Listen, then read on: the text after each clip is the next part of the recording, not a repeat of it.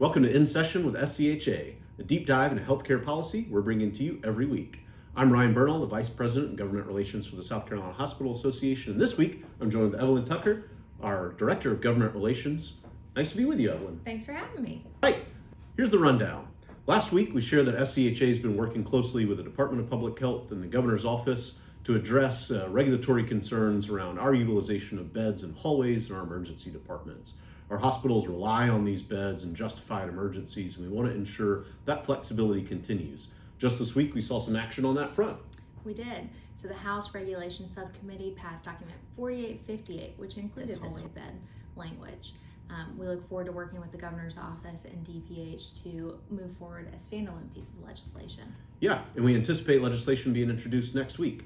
On the Senate side, the Senate got to work on S52, the debate on the floor. This is DUI reform legislation, and we commend the Senate for getting to work on that. Our primary concern is around overly burdensome requirements with our healthcare providers inside the walls of the hospital. Right now, it's not an immediate concern, but we're tracking it just to make sure. Over in the House, more work on the subcommittee level. The House 3M Healthcare Subcommittee took up several pieces of legislation, including physician non-competes. SCHA's Austin Smallwood was on hand to testify in front of subcommittee members. He made sure that they heard on two specific items related to the physician non-compete legislation. The first being an allowance for hospitals to recoup that initial investment made in physicians should they decide to voluntarily leave their contract. And the second being to push the enactment date of the legislation to coincide with the Certificate of Need legislation, making it January 2027. That's right. It's a tough issue for us to navigate. We've got hospitals with interests on both sides, so hopefully we can thread the needle with the assistance of the committee members on that. The committee also heard testimony on parental rights legislation as well as mRNA vaccines, and we'll continue to monitor those and bring you updates that are relevant.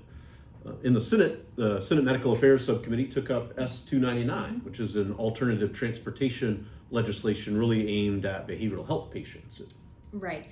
That historical program is managed by the Department of Behavioral Health and Developmental Disorders, and it allows for trained personnel to provide safe, restraint-free transport for nonviolent behavioral health patients from emergency departments to their behavioral health facilities.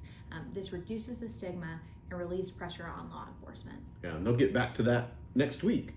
We continue to advocate for less litigious environments for our hospitals and healthcare professionals. We really want to ensure they have the same protections as law enforcement and first responders in those instances, and it tracks well with our efforts on medical malpractice reforms. Right, so next week we'll continue to work with the department to further educate members about the history of the bill and the importance of the updated language. As always, we'll continue advocating on behalf of hospitals and healthcare policy. We'll bring you those updates every week. And next week, Beaufort Memorial will be joining us at the State House on Tuesday as our Hospital of the Week. Yeah, we're excited to have our hospital members present at the State House this legislative session, and we look forward to their engagement. We'll see you next week in session.